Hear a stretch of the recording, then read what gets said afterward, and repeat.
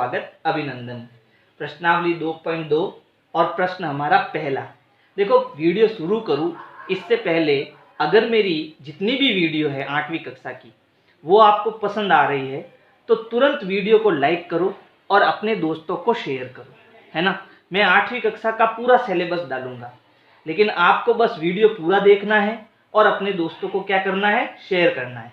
तो देखो प्रश्न क्या है, अगर आपको किसी संख्या से 1/2 घटाने और परिणाम को 1/2 से गुणा करने पर 1/8 प्राप्त होता है तो वह संख्या क्या होगी।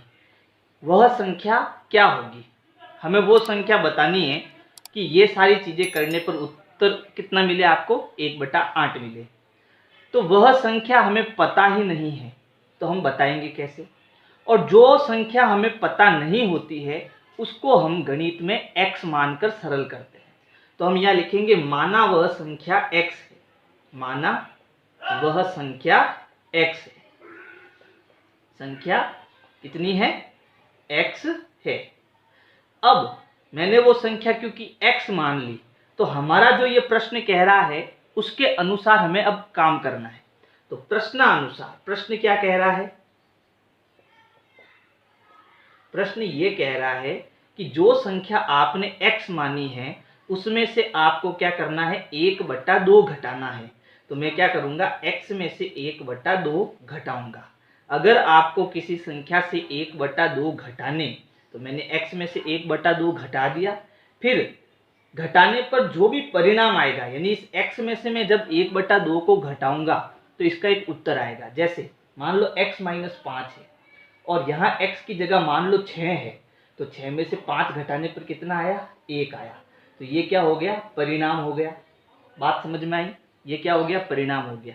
तो इसमें से जब मैं 1/2 को घटाऊंगा तो मेरे पास एक उत्तर आएगा, एक परिणाम आएगा, है ना।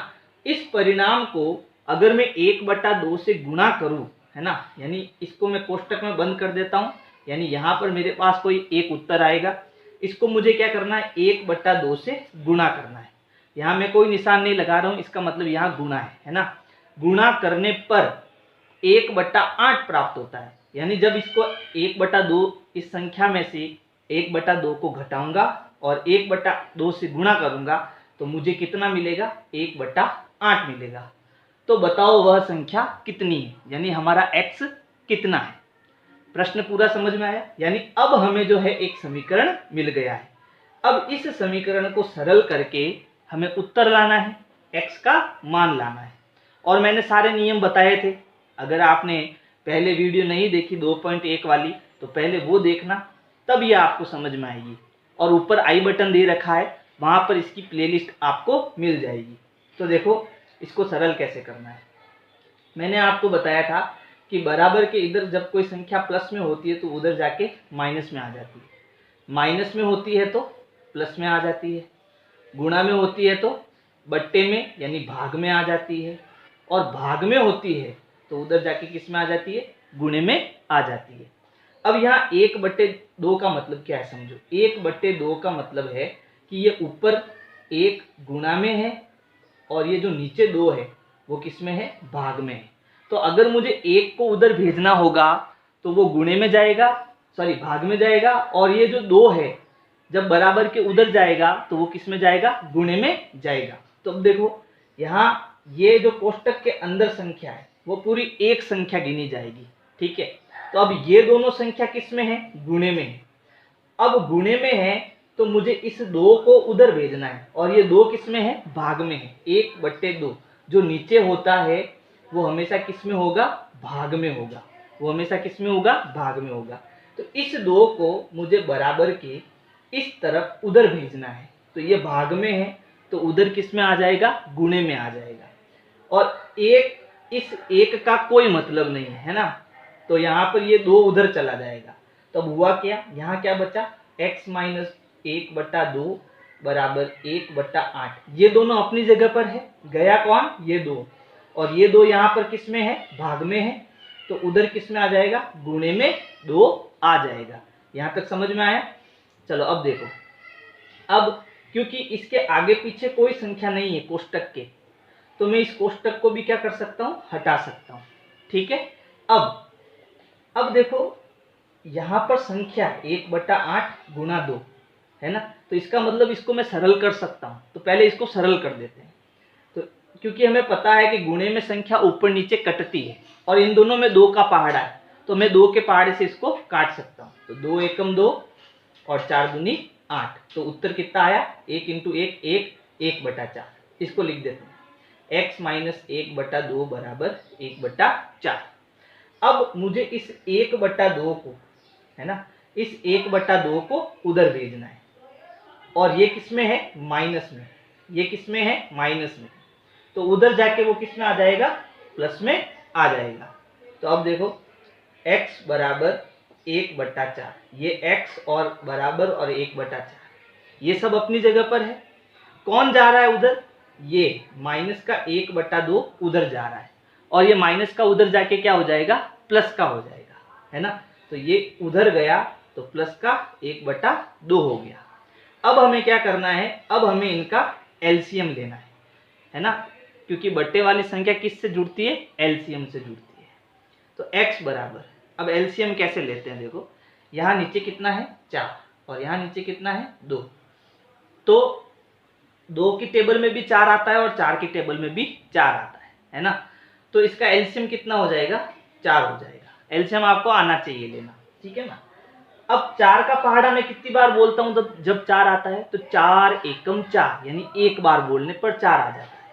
तो इस ऊपर वाली संख्या को 1 से गुणा करना, 1 × 1, फिर यहाँ प्लस का निशान। अब 2 का पहाड़ा कितनी बार बोलने पर 4 आता है, 2 एकम 2, 2 दूनी 4, यानी 2 बार बोलने पर। तो जितनी बार बोलने पर 4 आता है उसका इस ऊपर वाले से गुणा कराना, तो 2 × 1। अब पहले गुणा फिर जोड़, तो x बराबर 1 एकम 1 प्लस 2 एकम 2 बट्टा यहाँ पर नीचे कितना हो जाएगा 4। अब ऊपर क्या होगी, जोड़, तो x बराबर 3/4, और ये हमारा क्या हो जाएगा, उत्तर हो जाएगा। यानी जो संख्या हमने x मानी है वो कितनी होगी, 3/4। तो वह संख्या आप नीचे लिख देना उत्तर में, वह संख्या कितनी है, 1/4 है।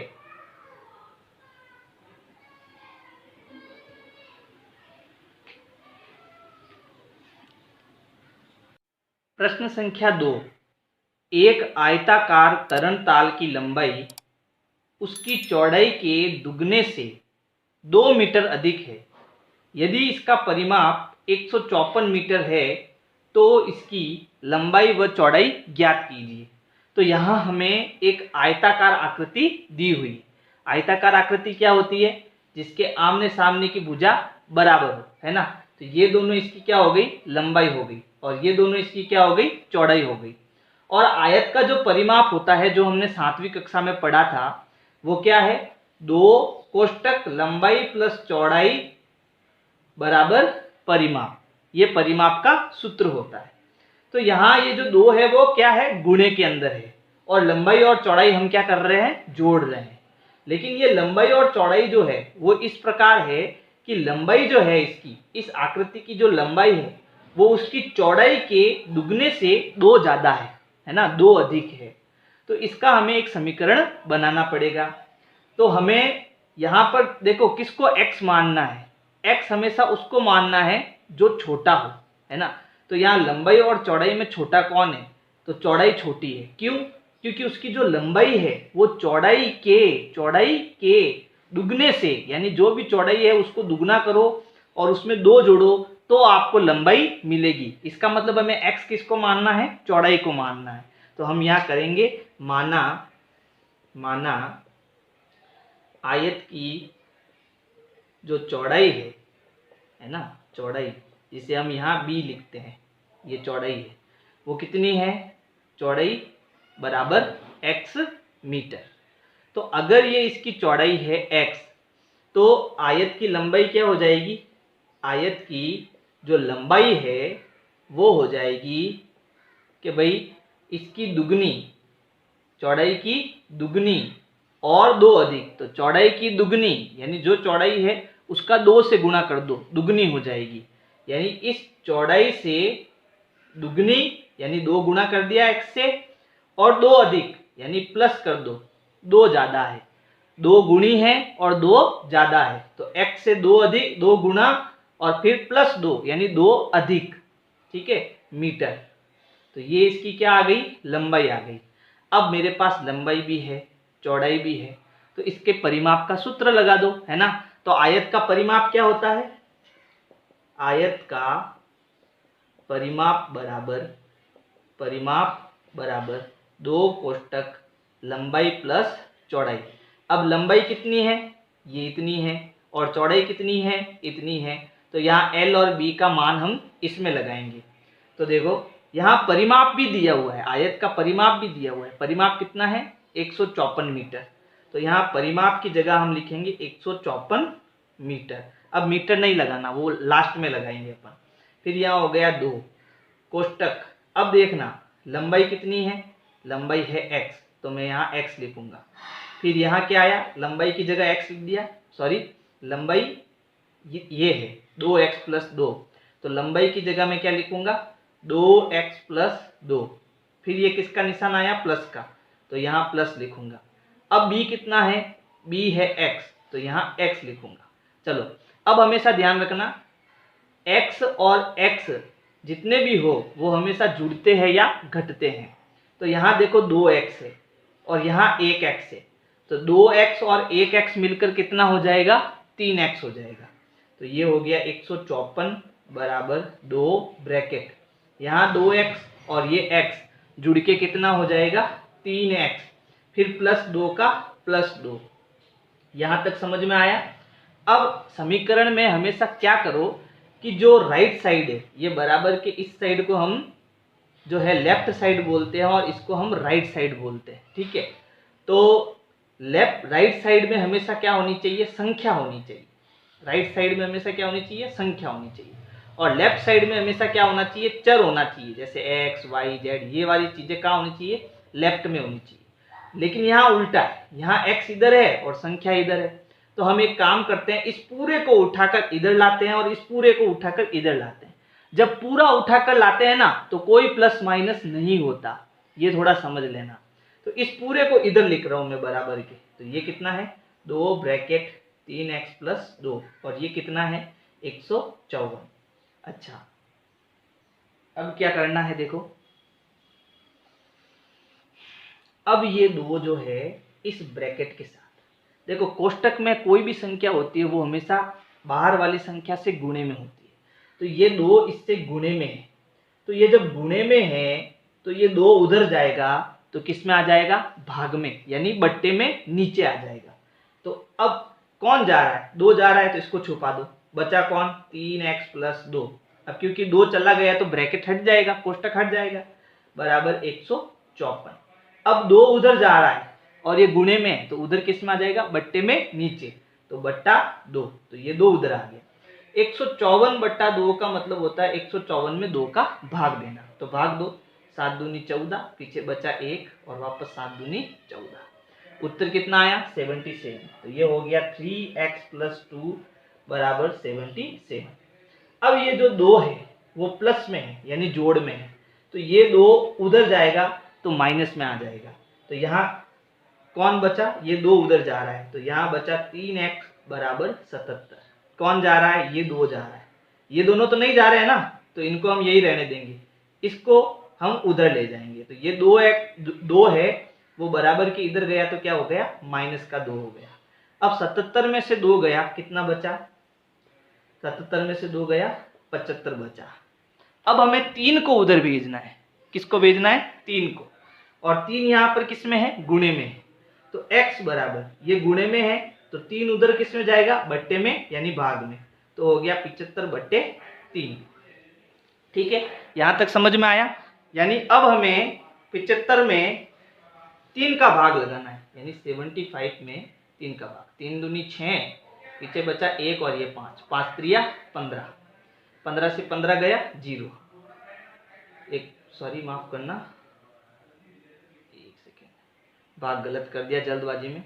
3 दूनी 6, पीछे बचा 1 और ये 5, और फिर 5 त्रिया 15, तो हमारा उत्तर कितना आया 25, यानी x बराबर कितना आया 25 मीटर। और x हमारा क्या था, x था हमारा b यानी चौड़ाई, यानी क्या था, चौड़ाई। तो हमारी जो चौड़ाई आई वो कितनी आई, x बराबर 25 मीटर। तो लंबाई कितनी होगी, तो ये भी निकाल देते हैं। अब आयत की लंबाई हमने क्या मानी थी, आयत की जो लंबाई थी वो थी 2x प्लस 2, है ना।